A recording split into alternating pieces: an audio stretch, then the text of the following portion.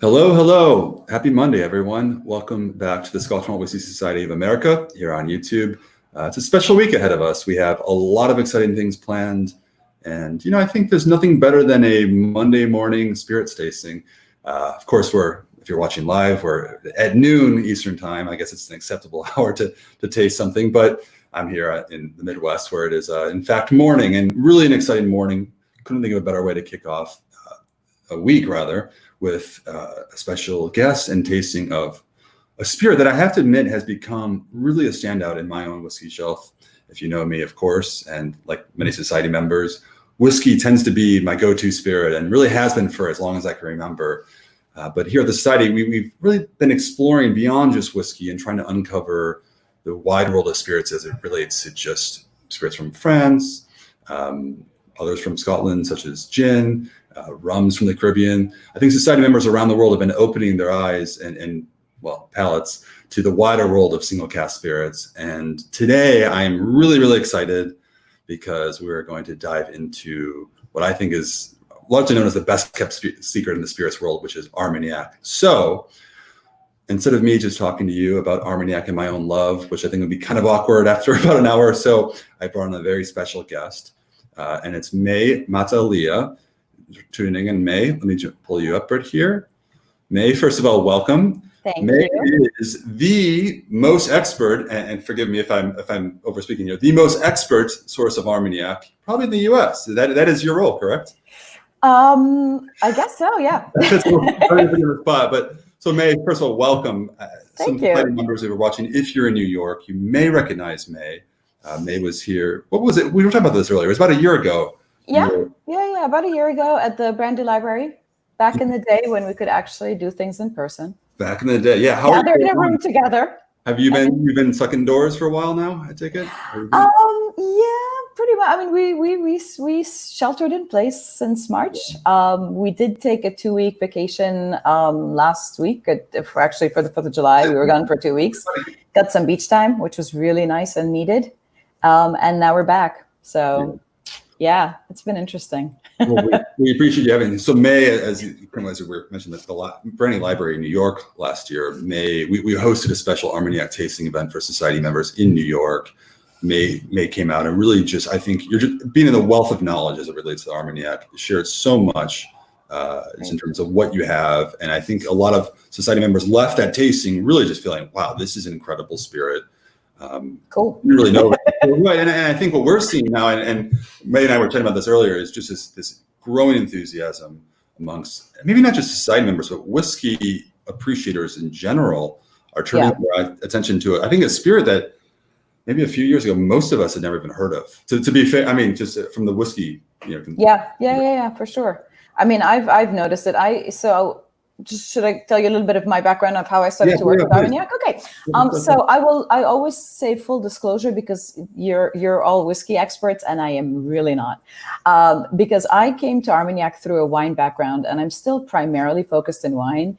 But the logical step from wine to Armagnac is there's a lot of continuity, primarily because it is a spirit made from grapes. So there's a lot of wine making that, my wine background comes in handy. But in 2009, the Armagnac region realized that there really was no information that people had about the category. And the best way to get that knowledge out there was to do it very organically through ambassadors, educational ambassadors. So I've been now working with Armagnac since 2009, which is almost unheard of in this business because most people will get something like this for a couple of years and then, the region moves on.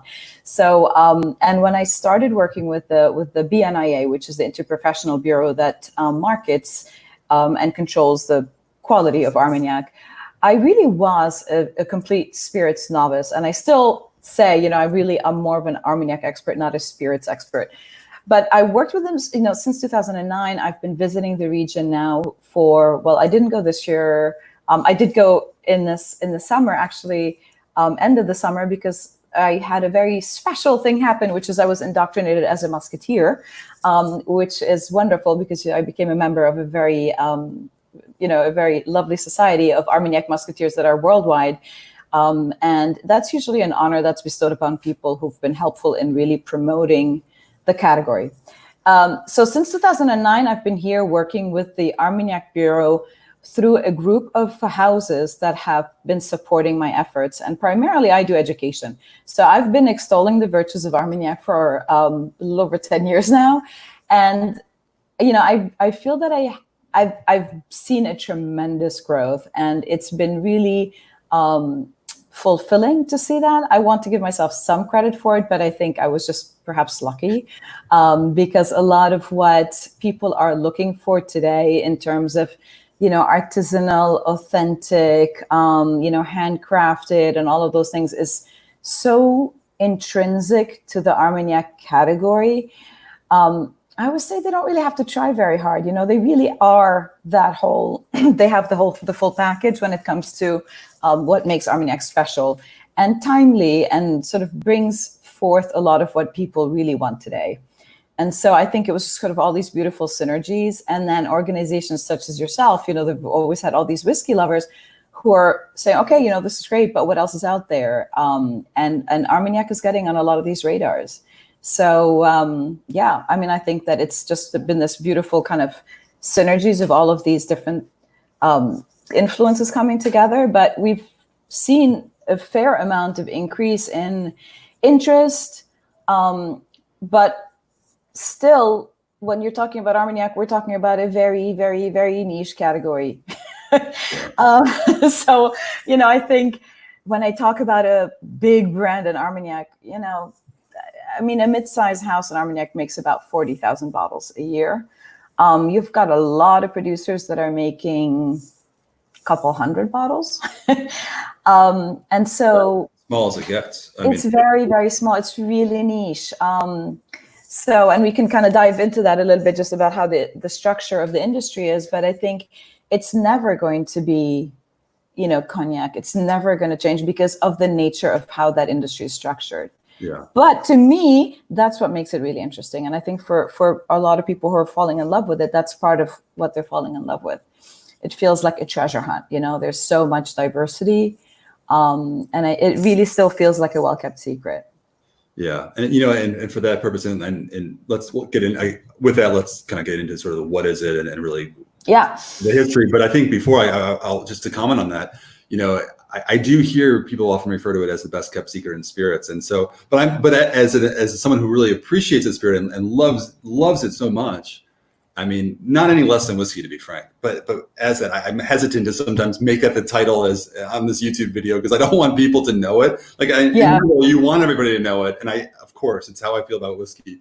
With Armagnac, I kind of like the fact that it has been so preserved because it's also great value too. So, but at the end of the day, I think when you love something, you just want others to share it with you. And so I think that's inevitable. It's a bit like finding your favorite, neighborhood restaurant or something in the city. Like you really want to keep it to yourself, but you want to support it.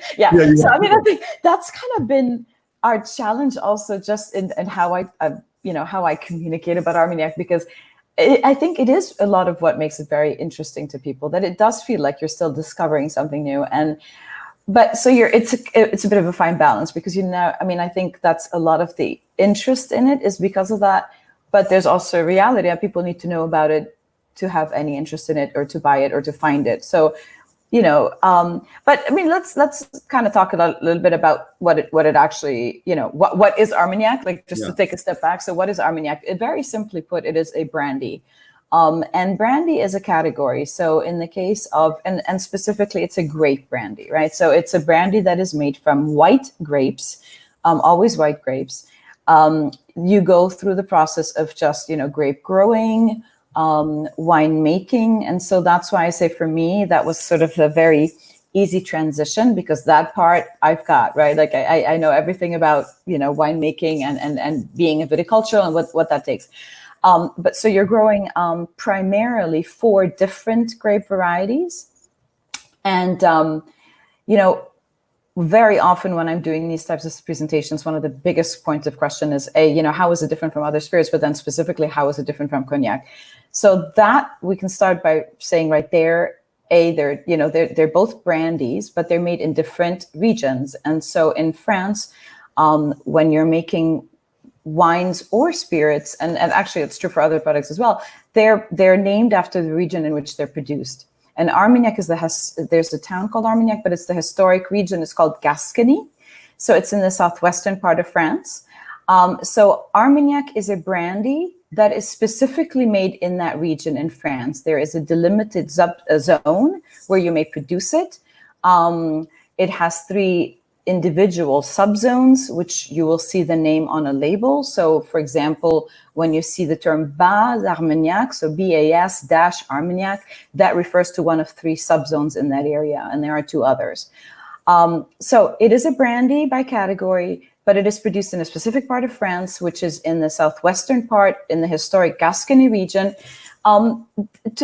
It's separated from cognac by about a 3-hour drive.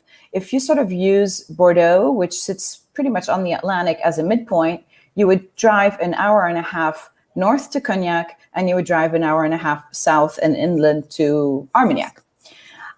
They're both made from grapes. They're both made from white grapes, but you have very different climates, which again, that's sort of my sweet spot in wine, because climate is always a big, factor in how your grapes ripen.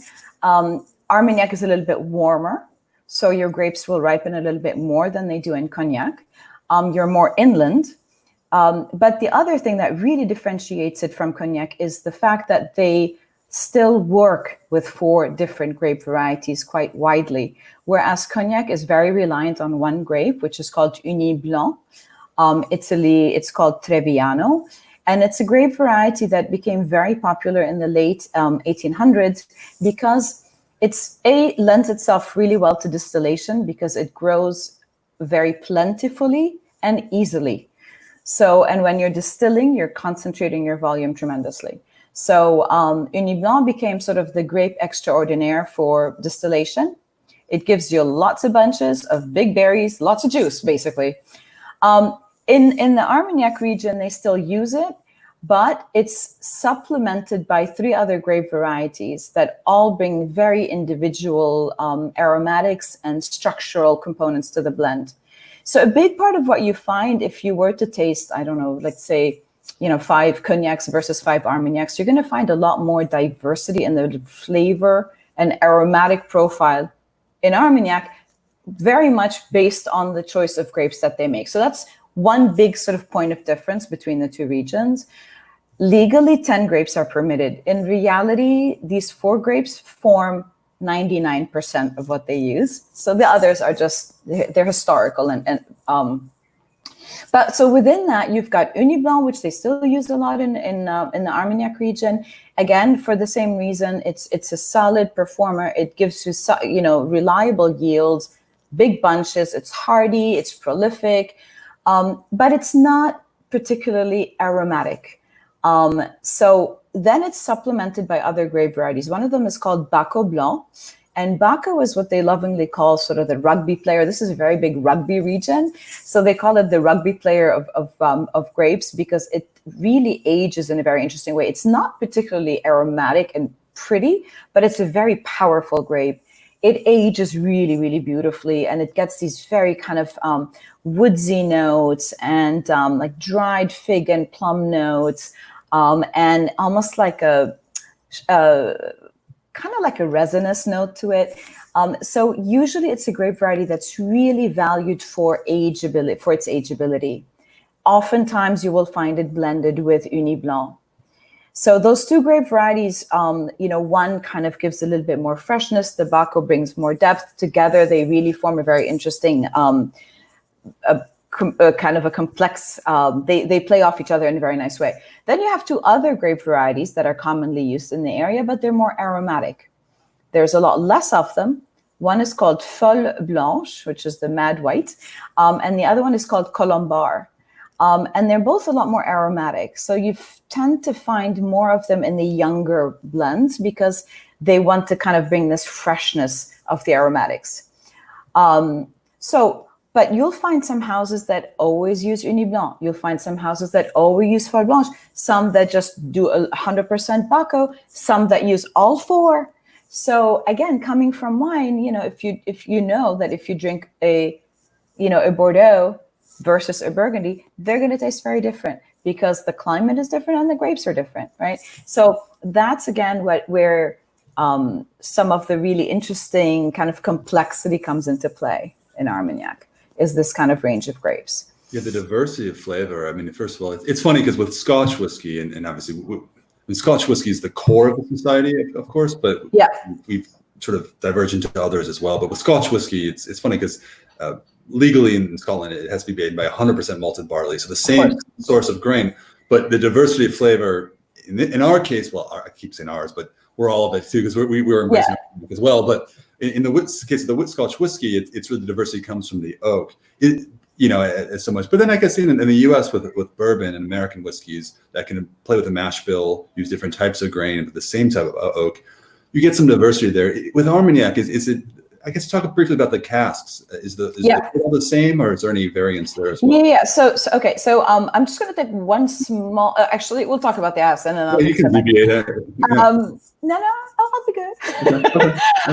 So in terms of casks specifically, the historical casks that are used are the casks of the region. So there is sometimes they'll call it the Montlezun oak or the black oak, or Gascony oak. Basically, more important than what you call it, the local oak is a kind of oak. It's called pedunculated oak, which is the oak that you find in that part of France. There's another forest called the Limousin. So in France, again, we're talking about, regulation for everything, right? So there are forests that you can get your trees from.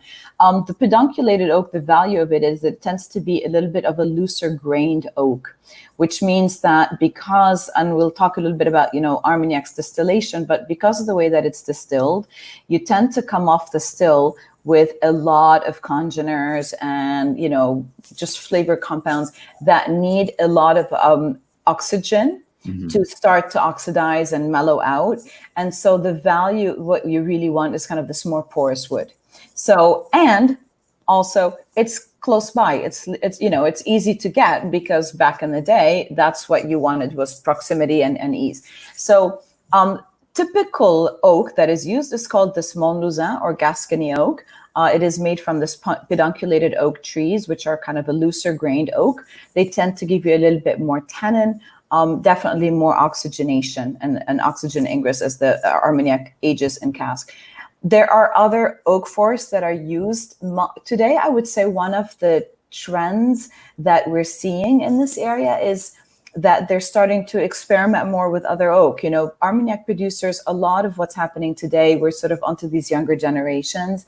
And so, but what's beautiful is you always have these multi-generational families. So there's a tremendous respect for history, but they're also on Twitter and they're also on Instagram and they also see what's going on in the rest of the world. And so one of the big changes that I've seen is kind of experimenting with different kinds of oak or even different finishes, which was, almost unheard of.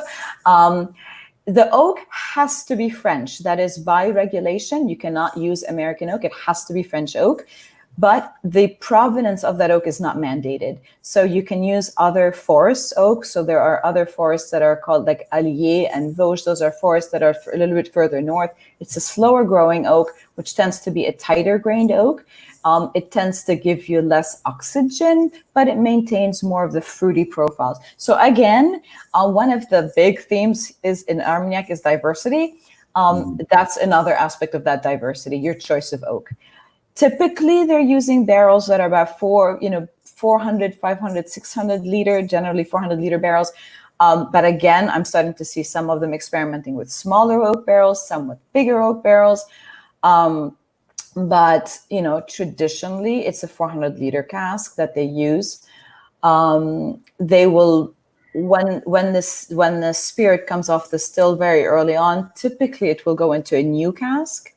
It will spend some time in a new cask, and that could be anywhere from 6 months to 2 years. And then it will go into neutral cask, and then it stays in that cask for a long time. How long? Usually it will stay in cask up to 40 to 50 years with careful monitoring before it then may go into actually what you're seeing behind me on the cover of that book, which is what they call a demi-jeune or a demi-jeune. Because at some point as you're in cask, you're losing oxygen. This is true for all spirits, right? You're losing volume, you're losing oxygen. You're losing alcohol. and you're extracting flavor from the wood. And at some point, you can go from that being beneficial to it becoming detrimental, right? You don't want to lose too much alcohol, and you don't want to extract too much from that oak, because then you're just going to sort of overwhelm any fruit and become too woody, which is a criticism that some people used to, say Armagnacs can sometimes be a little bit too woody. So you want that balance, right? You want to still take it out of that cask before it's become just like wood and without any fruit in it. That's fascinating, because with whiskey, particularly Scotch whiskey, it's sort of the inverse of that. Is when it comes to maturation, you'll start with, I mean, I take it by neutral oak. You mean one that's been a reused barrel? Reused, yeah. Reused. Yeah. I guess the way we use, just different terminology, but same concept. But it's sort of the opposite, because with whiskey, we'll take what you would call a neutral barrel. We talk a used barrel or cask, and then perhaps see how that matures, and if it's sort of a bit too mellow, might transfer it into a more active, or sometimes new oak, which is really active cask, to sort of just rejuvenate it a little bit. Right. It's the opposite. Yeah, it is kind of the opposite. And also, so again, coming from somebody who's a wine background, I'm used to visiting vineyards, right? And I'm used to, when I go on wine trips, you go to the winery and then you go outside and you take a walk through the vineyards, and then the winery is usually right there. And it never really struck me as unusual until on one of the trips I had a lot of people who kind of hardcore spirits people, and a lot of them really whiskey people, and they were sort of really amazed by the fact that we'd go to a property and that you'd stand at the property and they're like, here are our vineyards, right? And then we'd walk around and they're like, here's the fermentation tank. And then you walk around and it's like, here's where we're distilling and here's our maturation cellar. So it's all right there. And I think that whereas in whiskey, and correct me if I'm wrong, right? I mean, most of the time we don't know the provenance of that, barley. We don't know, oftentimes you're buying it, you're outsourcing a lot of it. So that's something that really, there's a tremendous connection from the people to the land to the product. It's not a commoditized thing at all. And I think that's one of the things that I find really lovely. I mean, one of the most, you literally go and you visit the property and you stand outside and you see these beautiful vineyards. And then you go and they're like, and here's where the fermentation is. So you're controlling every aspect of it from start to finish. Now, oftentimes and again, I sort of put my wine hat on here because there's a lot of emphasis in the wine world about estate. We want it to be estate produced. We want this wine to come from grapes that, vineyards that we own. We make our own wine and we sell it. In some cases, that is true in Armagnac, but think about the complexity of what's involved here. Again, with Scotch whiskey, usually they're master agers, right? They're master maturation. And a lot of what you're getting is the conditions for maturation. And then, the oak, the climate is also very, very different. And then you've got a lot of finishing. So whiskey is really sort of an expertise of maturation. With Armagnac, you have to be a master viticulturalist to grow your grapes. Right. And then you've got the conditions of the year. Is it a good year? Did you get freeze? Did you get rain? I mean, that's where all of that comes in. Then you need to actually know how to make your wine. Not only that, but you're making your wines under conditions that are a little bit atypical, because in wine making, when you are fermenting wine, one of the common tools that you have in your arsenal is to use sulfur, because sulfur is used as an antioxidant. And so in lieu of, if you're worried about your grapes, if it was kind of a bad year, you can use sulfur to protect the grapes. When it comes to distillation, whether it's Armagnac or cognac, you may not use sulfur for the simple fact that when you distill, you concentrate. And if you had sulfur in there and you distill it, now you concentrate that sulfur. So you're not allowed to use it, which means your wines are left a little bit more vulnerable and naked. So you have to be very careful in your wine making. Right. So now you've got to know how to grow your grapes. That's one expertise. You've got to know how to make your wine. That's another expertise. Then you've got to make sure that your wine stays clean. And then you have to distill. And that's a whole other area of expertise. Right. And then you have to go into barrel and mature. And that, again, that's usually happening at one property. So think of all the different hats you have to wear. Then layer in the fact that it's usually very small family businesses. So what you have are the structure of the industry is such that you have about 1,000 people that are involved in grape growing. And then the industry is kind of very separated.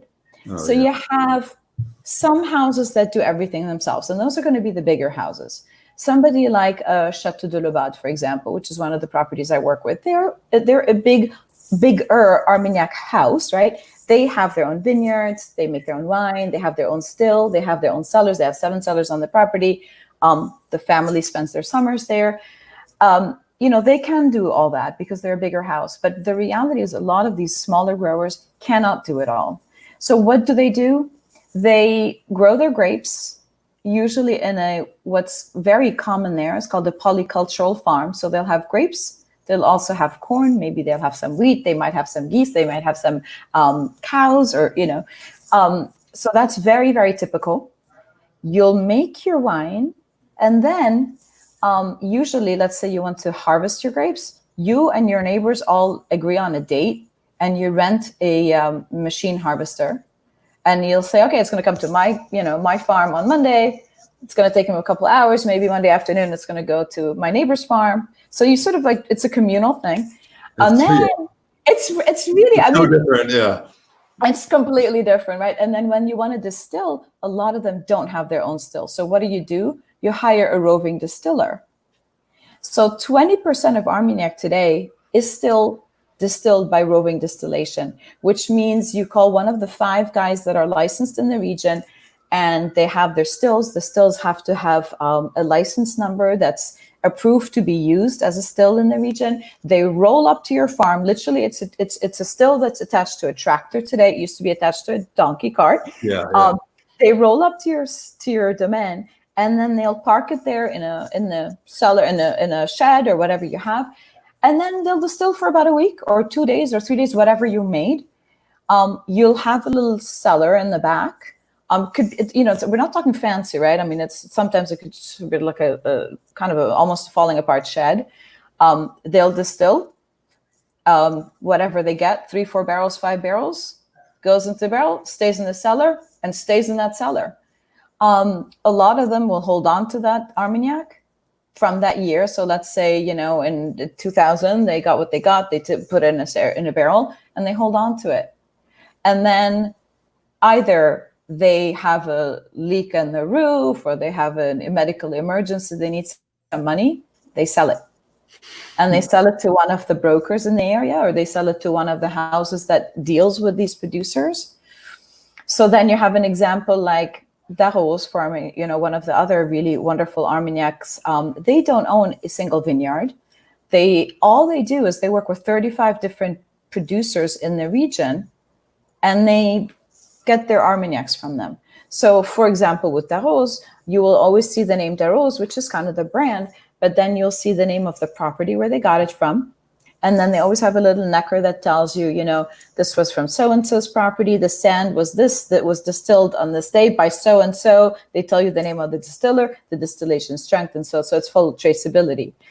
So that's a very different model as well. And that's a model that's necessitated by the fact that you've got, all these different 400 different growers that are kind of growing these grapes and have Armagnac or wine, but they don't have the means to promote it, to sell it. Right? Because we know, better than I do what it takes to actually get a brand on a market, to find an importer, distributor, and a lot of these people don't even go to Paris, let alone come to the States, right? I mean, we're really talking, the heart of the French countryside here. I mean, we didn't even talk about Gascony, but it's the least inhabited part of France.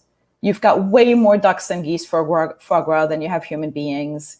You drive and drive and drive, and all you see is just like this rolling landscape of beautiful hills. But it's a very, very sparsely populated region. Yeah. And it's very, it's sort of like a lost in, a little bit, caught in time. And it really feels like when you're there, you've got all these medieval, not cities, you've got medieval towns. a lot of farming. It's a very agricultural area. It's not at all a monoculture. And that's the other thing when you're driving around. It's not like if you go to Cognac, you drive miles and miles and all you see are vineyards. In Gascony, it's actually beautiful because it's almost like a patchwork. Well, you'll see sunflowers, and then you'll see corn, and then you'll see vineyards, and then you'll see wheat. And that's very much the lay of the land there, but it's also very much a way of life there. You eat local, you drink local, you grow, oftentimes you grow your own produce. So yeah, I mean, it's, and that's, I think, again, sort of something that's this connection of the product to the land, to the people is really strong. And I think maybe one of the most beautiful stories there. And if you have a chance to go visit, people are incredibly generous and warm. They're always, every time I go, and again, everybody comments on that, because when I've been taking groups with me, 4 or 5 people, because we don't have a big budget. This is Armagnac, it's not Cognac, right? But everybody always comments on the fact that every single person we visit, each time we visit a house, we are being greeted by the owners of that property. Okay, yeah. So, it's so enchanting. I mean, hearing you talk of Armagnac, having been in France a few times, but not there, I really regret it. And I'm just thinking, yeah. What? I'm going to be kind of awkwardly take a break because somebody's at my door and I wonder if it's my delivery. Okay, go ahead. Okay. Yeah, so, I'm going to be right back. So while May steps away. Hi. Oh, I'm going to mute her. So while she steps away, what we'll be doing kind of as we segue into this now is actually talking about a couple of our Armagnacs. Oh, you're back. Okay. I'm back. Sorry, not what I was hoping for. Okay, so just as we segue to and kind of continue the conversation, I want to just bring up a couple of our Armagnacs. It's funny because friends tuning in here, tomorrow is Bastille Day, and which is really, as I understand it, a momentous sort of occasion for the people of France. I mean, Bastille, the storming of the Bastille, late 18th century, was the turning point of the French Revolution. I think much to celebrate. I should ask this from an Armagnac perspective: are people drinking Armagnac on Bastille Day? Is there connection? Okay, it is. All right. Yes. It is the French spirit. It is the French spirit extraordinaire. I mean, it is absolutely the French spirit. Most, I was kind of looking up this number because I always like to see where it's changing, right? And again, because it's always like compared to Cognac. So just to put it a little bit in context, Cognac is today shipping or producing annually about 200 million bottles, right? And over 95% of that is exported. I believe the number is 98 is exported. So Cognac is very much of an export product. Now, we compare that to Armagnac. The annual production is usually around 6 to 6.2 million bottles a year, right? This is just, we're talking, I'm not even comparing it to whiskey. Just comparing 200 million for Cognac versus 6? 100 million for Cognac to 6 million for Armagnac. So if you want the shortest answer to why do more people know about Cognac than Armagnac, there's a lot more Cognac out there. So what that also means is that you have a lot more money to promote. So Cognac can hire, Kanye and P. Diddy, and Armagnac hires me. I'm a little bit cheaper. But also 50% of Armagnac actually stays in France. So, just the numbers, it was 6 million bottles, 50% of that is actually being exported. We're one of 130 export markets. There's really not that much Armagnac out there. I mean, simply, there's not that much Armagnac out there. But it's what the French really drink, and when you're in a French restaurant, when you're sitting there and they wheel up that cart of cheese, or they wheel up the cart of desserts, they will oftentimes also wheel up a cart of Armagnac for you to choose from. And they will have all the different vintages of Armagnac. And it's very much something that is, part of the French gastronomic culture. You will hardly see Cognac being sold in the US. You'll see a lot of it in the duty free, but you don't really find a lot of it in restaurants when you're in France. They do love their whiskey though, but if they're drinking brandy, they usually are drinking Armagnac, not Cognac.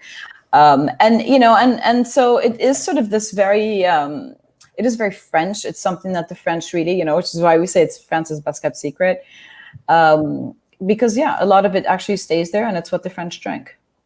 Well, going back to our point earlier, it's as you're describing Gascony and just the nature of creating Armagnac in such this rustic and enchanting sort of environment. Yeah, I feel reserved. I'm reluctant to really kind of continue talking about it and sharing like the love, because I feel like that's such a beautiful thing. And I just see anytime you have a spirit that's as incredible as Armagnac, and I do feel about Armagnac as I do about whiskey, it's bound to be discovered by everyone, you know, we're seeing a lot of that. Just as we continue, I want to kind of segue into it because we talk about tomorrow's Bastille Day. So we do have a couple Armagnacs, and you know, we've been putting out at the Society. And last year, I'm assuming you had a few from the first run that we had at the tasting event that you co-hosted. We have a couple of them that are available actually right now. So for Bastille Day, we have these up in our shop, but they're actually offering a bundle of the two of them at sort of a special price. I think it's around $100. But I think what we'll do, May, is introduce these real quick, and we'll keep the conversation rolling. But maybe I think it would be cool to provide some context from your expertise related to these, and how sort of the different flavors are attributed to, I don't know, because it seems like it's just on paper and on the label some different specs that we have here. So this is, I'll show you here. This is A3.1. Okay, you know what I'm going to do? I'm going to look at my the description here. I'll just post the title at least so you guys can see it here, so I don't have to post the bottle image. So A3.1 Gravitas and Sophistication. So in 1987, which you were talking about how old Armagnacs get, which is incredible for whiskey. I mean, we're not seeing, well, I guess we have some, but just, and I should say this is the younger of the two we'll be tasting today, but this is an 87 vintage, is young by Armagnac standards, right? It sounds like almost, or? Yeah, so, first thing you actually said, it's, you know, it's a vintage, right? So, I mean, first of all, hello, like we're talking about a spirit that you're buying a single vintage. So, you know, let's think of any other spirit that really has that. Not really many. So again, you know, this kind of link to wine, where we talk about vintages in wine a lot, but usually, you know, with whiskeys and with most other spirits, it's age statements, right? It's, you know, 12-year, 10-year, 5-year. So here, when you're talking about something that is made from grapes that were grown in 1987, you know, you're talking about specific conditions of a vineyard.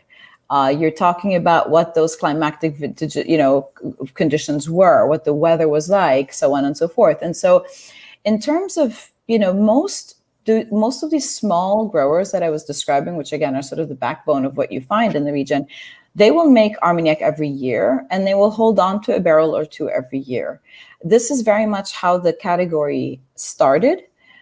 This is a lot of the older houses will have these single vintages. And usually for those, when you distill them, you will put them in a cask and you will just leave the casks. You don't dilute them. You don't really move them a lot. You will just check those casks, taste them, make sure that they don't need a little bit of oxygen. If they do, you may just pull out the Armagnac out of the barrel, aerate it a little bit and put it back in that barrel. But you're really trying to just leave it be. Your evaporation every year is usually between 1.5 to 2% of Angel's share. That's going to vary between the conditions of your cellar, whether it's a humid cellar, whether it's a dry cellar. Most producers will have multiple cellars, so they can, you know, do they want to blow off more water? Do they want to blow off more alcohol?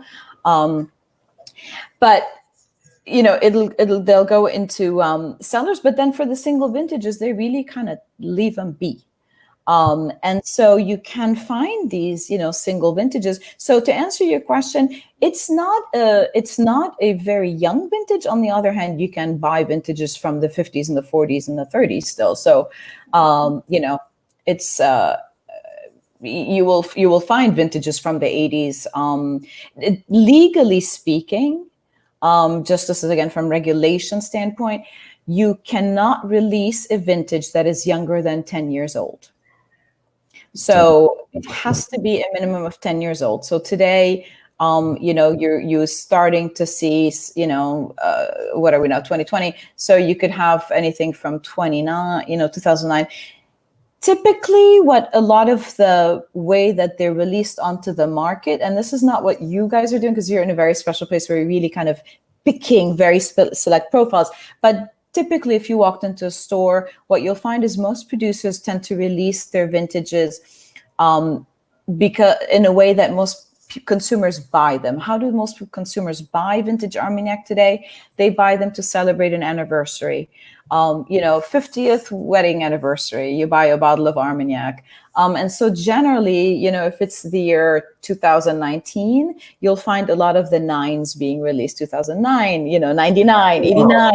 And I've noticed that in the store. Yeah, that's only for marketing because they have a lot of them, right? So you've got to have some sort of a strategy. And the reality here is that most people tend to buy those vintage Armagnacs for special occasions. And usually it's like, 20 wedding anniversary kind of thing.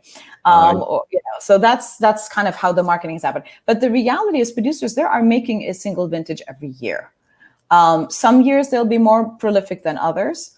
You also will depend on the house. Some producers are more known for their blends, in which case, if it's a lesser year where you don't have a lot of grapes, they may just put those grapes towards their blends. And this is your VSOPs and your XOs, and those are blends. Those are multi-vintage blends. I see. So here you've got the 87. This is 100% from the Bas Armagnac area. So you've got these, I mentioned 3 subzones. The Bas Armagnac is really today the majority of the production comes from the Bas. It is the most recognized. Again, putting my wine hat on here, one of the specificities of that region is the sandy soils of the Bas Armagnac. The reason it's relevant is because it correlates to one of the grapes that's being used here. So one of the, we talked about the grapes before, Uni Blanc and Baco usually blended together. Here, Baco, you will often find Baco in the Bas Armagnac because it really likes the sandy soils of that region. So the other thing we didn't touch on at all is also the distillation. Because that's with the roving carts, I was going to say but the type of distillation. So one of the other specificities, really, we talk about, with single malt Scotch whiskey, right? You always have to go through this double pot distillation. With Armagnac, the majority of Armagnac is distilled in what they call the alembic armagnacier, which is a trademarked alembic still. The value of it is that it's a form of continuous distillation, which means that you only have to run it once. So when the wine goes in, it comes off the still and it goes into barrel. It's only a one-time process. But what it really means in terms of what you get in your glass is that they tend to distill to really low strengths.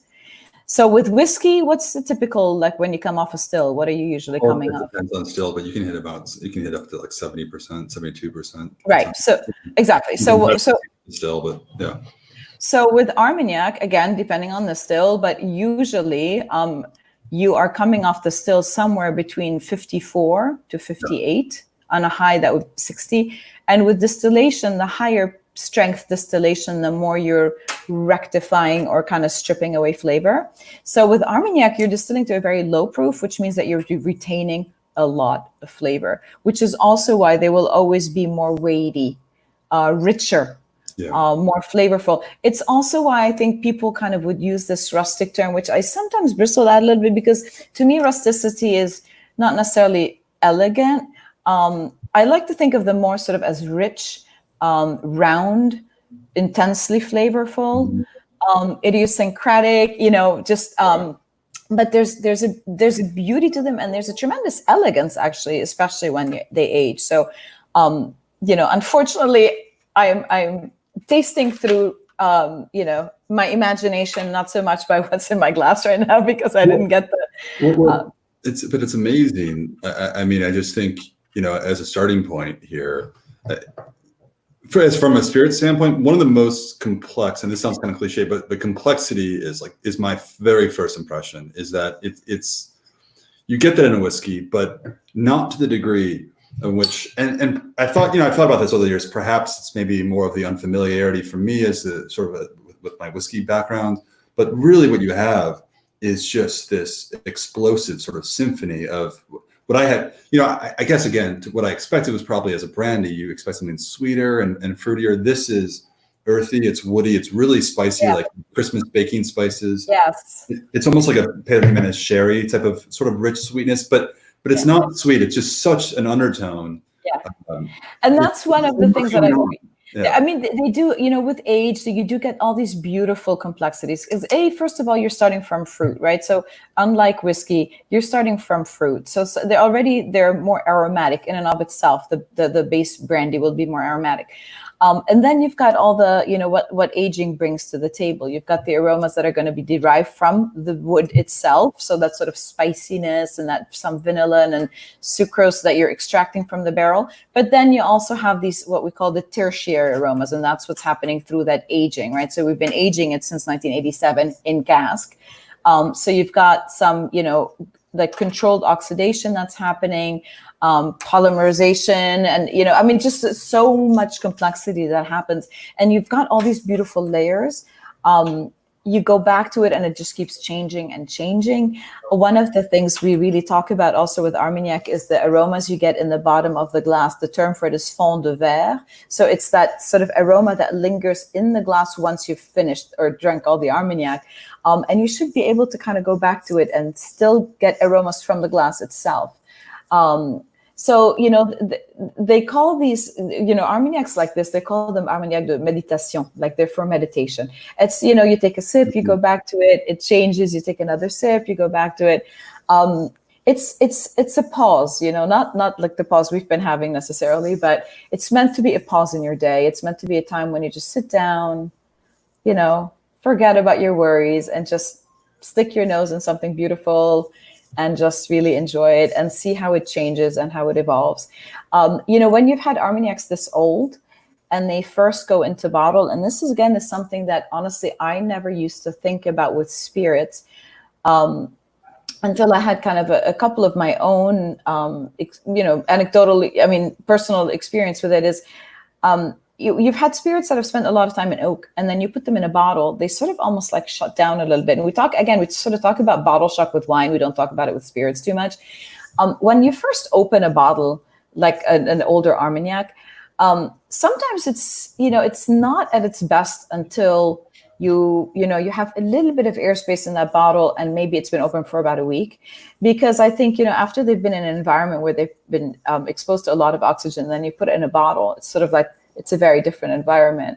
And so then really allowing that spirit to open up again and sort of regain its equilibrium is also something that's really interesting. So I sort of started doing, if I was going to do a tasting with a bottle that I've just opened and I know that I'm going to be using that whole bottle, I decant it and then put it back in the bottle, because it's sort of, you know, it needs a little bit of oxygen to get back into balance. So you know, I'm not recommending for people who are just buying a full bottle to drink at home that they start doing that, but I am suggesting that, you know, sometimes you might find that in a couple of days after you open that bottle is really when it's going to taste better.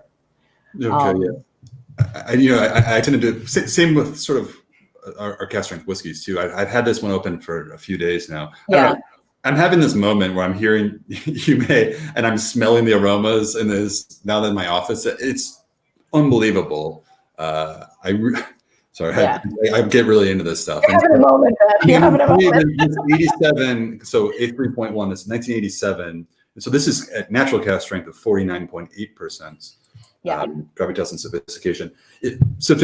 It's probably one of the more sophisticated, and that's a good call out on the term rustic that is often thrown around to describe it, because you're right, that does sort of evoke something that's not necessarily, I think, representative of what this is, which is a very elegant and sophisticated spirit. Exactly. I mean, it's like Gravitas, and so they're deep. They really are. I mean, I love that Gravitas because they really do seem very deep, but they are sophisticated. And I think, you know, when we say kind of, I mean, honestly, it's so many articles I would say, you know, it's cognac's rustic or fiery cousin. I mean, fiery and rustic are the two words that everybody always used about them. And somebody was interviewing me the other day. I was like, what would you like to, you know, see people move away from? And I was like, can we please just move away from this idea of rusticity? Yeah. It's, you know, it's authentic, it's handcrafted, it is not perfect.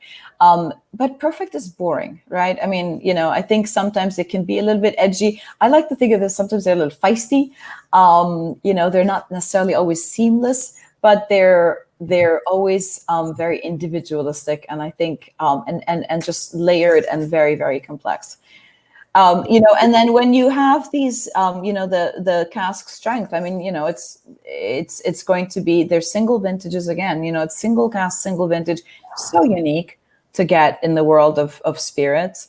And, again, sort of in the wine world, a lot of people talk about, well, it's a really good vintage, it's a really bad vintage. And I oftentimes will get questions from people who are really wine collectors and, get into Armagnac, like, well, what's a good year? What's a bad year for Armagnac? And it's not the same metric, because a good year for Armagnac would be a year that's plentiful. It's where your conditions allowed you to harvest everything that you could in good, healthy condition, because then you have options. You have options to still keep what you need for your blends, which today is a reality for a lot of producers. That's their bread and butter. Their VSOPs, those are the ones you can release in 4 years. And, VSOP is a legal term. You see it in cognac as well. And a VSOP means illegally aged for a minimum of 4 years in cask. XO is, again, a legal term. Legally means aged in cask for a minimum of 10 years. Or VS is in cask for 3 to 3 years. So these are the more entry level, that you have higher turnover. But when it comes to vintage Armagnac, it's never the bulk of your production for most people. Some producers only make single vintage, but in reality today, most people make maybe 50-50 depending on their SKU or their strategy. But if you have a good year where you've had plenty of production, then you can make your best choices. Whereas if you had a year where you had, a hailstorm that decimated a lot of your wine, your grapes, or you had a frost in the spring, which again, could really decimate a lot of your grapes, then you have to make a judgment call. Do I want to put it mostly towards my single vintages? Do I want to put it towards my blends? Now you have to kind of make a different calculation at that point. So one of the, 87 was a pretty good year. The other one that you had, I think, let me switch that too. And just to kind of, if you don't mind, May, just to recap, and I know some society members have this at home. If you don't, it is available. It's also available in a bundle. But this just, I'll speak from the whiskey sort of enthusiast or perspective. The profile, I'm trying to think of, and the big thing I think of when I think of all spirits is, where does this slot into my day, or what's the time and place for this particular cask or spirit? This is very reminiscent of at least the experience, like an old sherry cask Scotch whiskey. It's like a really deep, rich, as I think you referred to it as a meditative spirit. Mm-hmm. I do sense that. Like I'm not doing it justice by sitting here with a bunch of LED lights going on. I feel like I really do need to maybe light some candles in a dark room. Yeah. Have a little second with I already feel like I'm neglecting it in the glass there. I have to go back to that. But that's sort of I have to give my impression of that. But I wanted to, let's move on to the next one, because the next one is, I think, at least from our perspective, thus far, probably the rarest Armagnac we've had, at least in the Society Sucks that we've put out so far for members. And it's Cask A2.2 Enchanted Woodland Stroll. So I'll show the bottle here. This is, I don't know, it's tough, but the label and the shading, the lights, it's a 1974 vintage. Mm-hmm. It says here on the label, cask type is Gascon Black Oak, which you mentioned. I think maybe kind of get some thoughts on you as to how that can contribute to the flavor. It says here, region Bas Armagnac, which I will no longer say Bass Armagnac improperly, and the grape type is specified on the label as Baco and Uni Blanc. Yep. Which we talked about earlier too. So tell us a little bit about this one. So again, you've sort of got the very popular blend of the Uni and the Baco, and 1974 was a good year. A lot of producers released vintages, and a lot of their favorite vintages have come from that year. It was just It was one of those years where the conditions I was talking about were very favorable. And so you had plenty of choice. And so you were able to make your best selections. So they tend to be, a lot of producers did put out a vintage, even the ones that don't. As I said, some houses really focus on vintages, others don't. But it was a year that's very popular, and you will find some of the really beautiful Armagnacs coming from 1974. This is aged in Gascony oak. As I said, Gascony oak is very popular because it's very convenient. It's the local oak. It's a wider grained oak, so it allows for this kind of controlled oxidation that you want. And this kind of woodland. I mean, it is a this I kind of like the enchanted woodland stroll. Is like woodsy, wet leaves, mossy. Those again are kind of aromatics that you want you want to find in the glass. You tend to find this kind of creme brulee, like caramelized sugar, that also comes from the toasting of the barrels. This is, the oak also gives you a little bit of kind of the sweetness, right? Because you're extracting some vanillin from the oak, which is actually a sweet component. So when you're talking about sweetness, it's kind of important to mention that, oftentimes if you were to taste, for example, younger cognacs, there will be a notable sweetness there. And that's a sweetness that's coming literally from the addition of sugar. And you do that because it's a way to make a young spirit a little bit more palatable, frankly. But here we're not talking about the addition of sugar. It's not coming from sweetness of sugar. The aromatics that you're getting are coming from the oxidation of the flavor profiles. And then that sort of impression of sweetness is coming from extraction from the oak. These kind of compounds that you're getting from the oak. So there's nothing added. The color is 100% natural, again, because the oak is oftentimes fairly highly toasted. So it's not charred, it's not bourbon char, but it is toasted on an open flame. There's one of the most, in the region, there is one cooper who works pretty much exclusively with the local oak. He hand builds the barrels. He makes about 3 barrels a day. And they'll form the barrel over an open flame, and then they'll go to another flame to do the toasting on the inside. So again, local. I mean, we didn't even talk about the provenance of, not only do you have local grapes made on site, distilled on site, aged on site, but the wood is also coming from the local forest, usually made by a local cooper called Bartholomew. He's the most, you walk into most Armagnac cellars and you're going to just see his stamp everywhere. And visiting him is really, again, like a throwback in time. You just go and you just see all these different planks of wood, resting there, and he's hand building. It's him and 2 other people, and they're making, about 3 barrels a day. Seriously old school. I have to say on this one, just in here you kind of talk about this, or just the backdrop for what I'm tasting here, fundamentally different in so many ways. If the last one were a rock concert, this is more like a symphony. I mean, the first one, the 87, was sort of just loud, in your face, complex, yes, but just like screaming. This one sort of draws you in a little bit more and has a flavor profile. I think the first one I called up the sort of the sherry. It has this PX, Pedro Jimenez sherry type of sort of sticky note to it. Not sweet, but more so than this one. This is more woody, and the spice is not really like the cinnamon baking spice like the first one. It's more of like a sort of exotic Asian sort of type of Chinese 5 spice. There's a bit more thought-provoking in that sense. Like it's unfamiliar.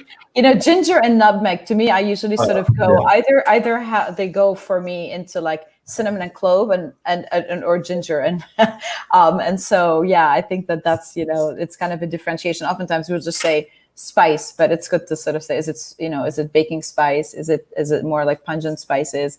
But this kind of woodsiness, oftentimes also with age, you're getting this other really lovely aromatic we call rancio. Rancio is something you will get with older, and because you're mentioning Oloroso, rancio is this aroma that you get from any spirit that has aged in oak for a long time, and it can be with tawny ports. You can get it with old Oloroso sherries. You can get it with Madeira, and with Armagnac. And it's sort of when you move away from the fruity aromatics and you go into more, I want to say chemical or varnishy, but I don't mean this in a bad way. But it's a little bit sort of like a varnish or a resin, walnut skin, kind of, all oils like walnut oils. That's that kind of rancio characteristic. And again, it's something that you want in a controlled component, because if it goes too much and then that's all you get, then it sort of takes away from any of the fruit. And then I think you've gone too far. But when you sort of, when it's done well, which means that your aging is done well and you've monitored your casks properly, you've got you've got a little bit of the dried fruit, because now we're 1974. You're not really going to have any fresh fruit so much. It becomes more dried fruit aromatics. And then you've got this layer of kind of earthiness. And then you've got this, sometimes this kind of mushroom, almost an umami component. And then you've got this other layer of rancio, which is kind of this like resinous or walnut. And so like all these different layers, it's like unpeeling an onion, and it's just like layer upon layer upon layer. And again, really beautiful, and this kind of exotic spice finish, like almost like Indian spices like turmeric and cardamom, like all these really beautiful aromatics that you get on the finish. Yeah, really, they're beautiful. And I think that again, it's one of the and no two casks are alike. That's the other beauty, right? Like when you're working with this, even if you were to get another cask from the same grower or from the same house, it's going to have a different expression, because it's going to be a different year. And that's the other thing we didn't even talk about, because can I just jump in here?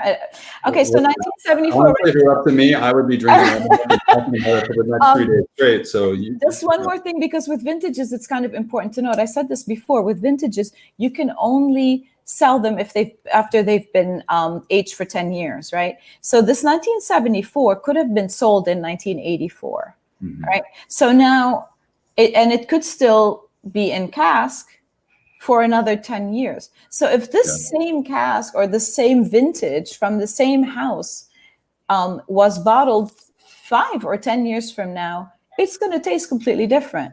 Yeah. Because not just because it's a 1974 doesn't mean that it's staying stagnant. As long as you're in cask, you're evolving, you're changing, you're still, as long as you're in these barrels, you're still getting, you're evolving, you're maturing. Once it goes into glass, at that point, you're pretty much storing. Right. And that's again with all spirits, it's the same story. But the tradition in Armagnac is that you will stay in cask for up to 50 to 60 years. Sometimes, again, depending, monitoring carefully and making sure that you haven't gone too oaky, you haven't tipped over.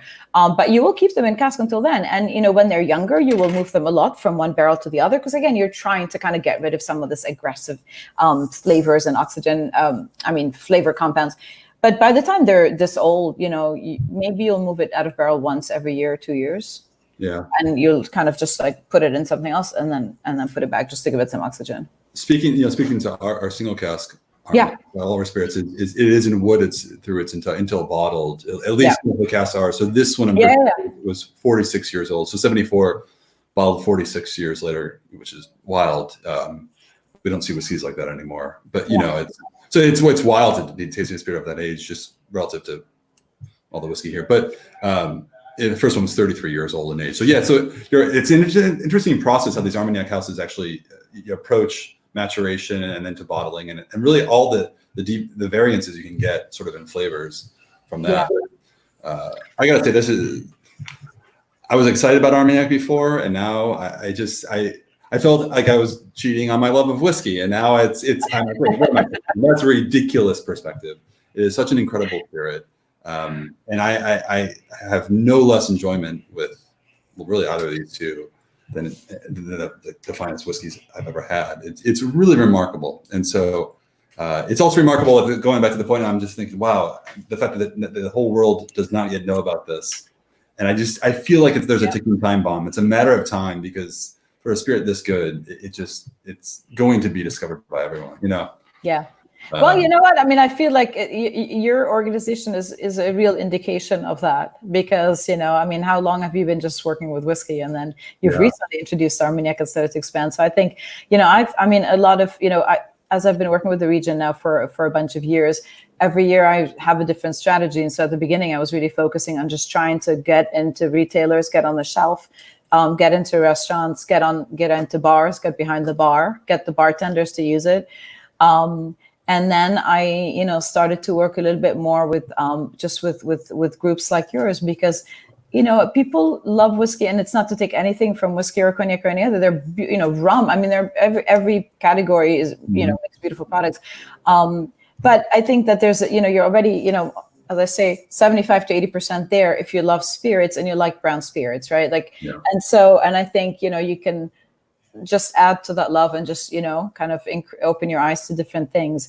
One of the big sort of people that communicate about it is, they'll say, Armagnac is, or if you sort of make the comparison to tequila and mezcal, right? So cognac is sort of like your tequila and Armagnac is your mezcal, where it's a lot more artisanal production and idiosyncratic and things like that. So I think, to my mind, anything that helps get people to just give it a try. I think I have yet to find any spirits lover who has tasted Armagnac and hasn't really loved it. I think the impediment isn't that they don't like it. It's just that maybe they don't know about it.